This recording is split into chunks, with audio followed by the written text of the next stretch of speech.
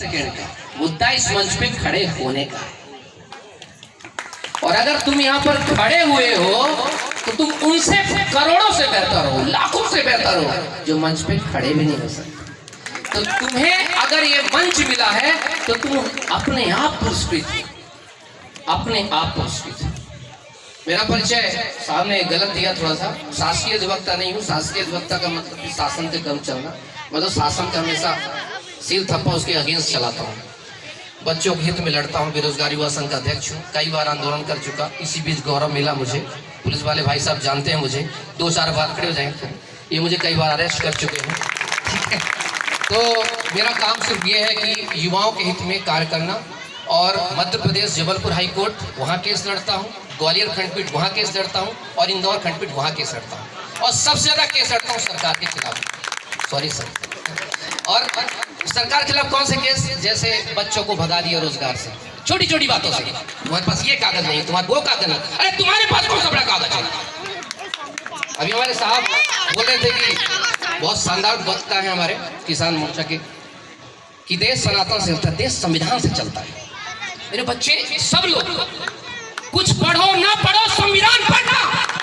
आज तुम्हें पढ़ने का जो हक दिया है उस संविधान ने दिया है। ये जो महिलाएं आज बैठी है, जो हक दिया है वो सम्मान ने दिया है, और उस संविधान को पढ़ना जरूरी है, उस संविधान को बताना जरूरी है, लोगों तक, परिवार को, सबको सचेत करना जरूरी है कि ये देश मेरे संविधान से चलता है। और हम जीवन भर मरते दम तक आने वाली हमारी पीढ़ी हमेशा धन्यवाद देंगी बाबा साहब भीमराव अंबेडकर साहब, जिन्होंने सिखाया कि सर उठाकर चलो।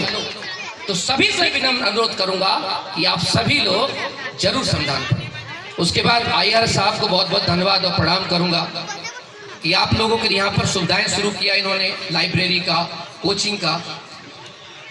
एक चीज कहना चाहता हूँ, कभी कोई आईएएस वाईएएस बनने के लिए मत पढ़ना। मैं 2 सरकारी नौकरी करके छोड़ चुका हूँ। ज्ञान के लिए पढ़ना, सब नौकरी तुम्हें मिलेगी, और जब ज्ञान हो जाएगा तुम नौकरी छोड़ भी दोगे। तमाम कम से, मैं दिल्ली विश्वविद्यालय से पढ़ा हूँ, ग्रेजुएट पोस्ट ग्रेजुएट वहाँ से हुआ हूँ। मेरे कम से कम 36 दोस्त ऐसे हैं जो आईएएस आईपीएस तमाम हैं।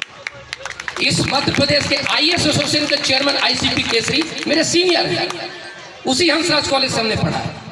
तो मेरा सबसे बड़ा अनुरोध आप सभी से है कि प्लीज आप लोग कभी भी ये मत सोचिए कि मैं आईएएस बन के पढ़ूंगा, ये आईपीएस बन के पढ़ूंगा। और हमारे समाज की बड़ी गलती है, क्या कोई शिक्षक का सम्मान नहीं कर सकते क्या आप? क्या किसी उद्योगपति का सम्मान नहीं कर सकते आप? क्या किसी एंटरप्रेन्योर जो नया नया बिजनेस करता है, स्टार्टअप, उसका सम्मान नहीं कर सकते आप? क्यों हम यही सोचते हैं कि सरकारी नौकरी में गया वही हीरो है? सब बुरा मत माने कोई।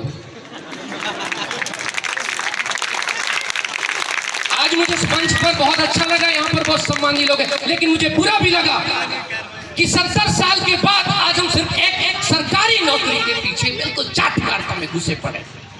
क्या हम अच्छे अधिवक्ता नहीं दे सकते देश को? आज देश बर्बाद हो रहा है क्योंकि अच्छे अधिवक्ता नहीं है। जुडिशरी हो, कार्यपालिका हो, पुलिस विभाग हो, बिकता जा रहा है। क्यों? क्योंकि हम अच्छे नागरिक नहीं है। बड़ी बड़ी बातें घोषणा कर दी जाती, मेरे बेटे बेटियों, बेटे बेटी, नौकरी मांगने तो जाओ, लटक पड़ेगा तुम्हें। This is the reality, this is the reality. एक कार्यक्रम आप लोगों ने किया, मुझे बुलाया, धन्यवाद उसके लिए। और समाज, मैं मीणा समाज के लिए बिल्कुल नहीं आया था। जब यहाँ पर पता चला मीणा समाज कार्यक्रम, मुझे लगे तो फुरफुराता हुआ दूसरा परिंदा घुसा है। बाद में पता सब भारतीय तो हैं। तो मेरे लिए प्राथमिकता है कि आप सभी देशवासी हैं।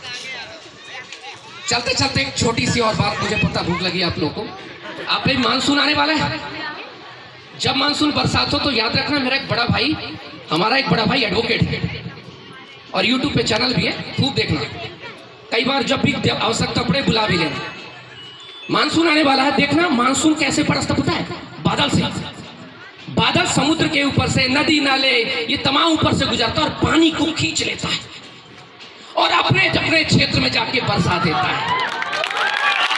बस I want that cloud from you and each and everybody that you have to be that.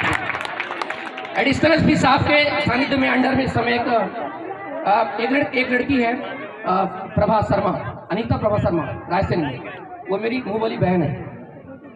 उस लड़की ने ब्यूटी पार्लर पे काम करके पहले फॉरेस्ट गार्ड बनी, फॉरेस्ट गार्ड रहते हुए एसआई बनी, एसआई की ट्रेनिंग में डीएसपी बनी। इस समय साहब के ही सानिध में शायद वहाँ जॉब कर रही है, अभी कुछ दिन पहले ही पता चला।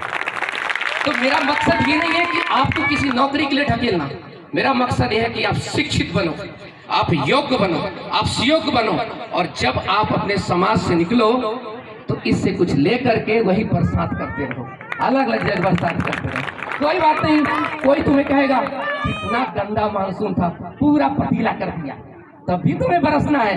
कोई कहेगा हे भगवान तुम्हारी इंद्रदेव की कृपा थी कि बरस गया, इससे तुम्हें फर्क ही नहीं पड़ना चाहिए।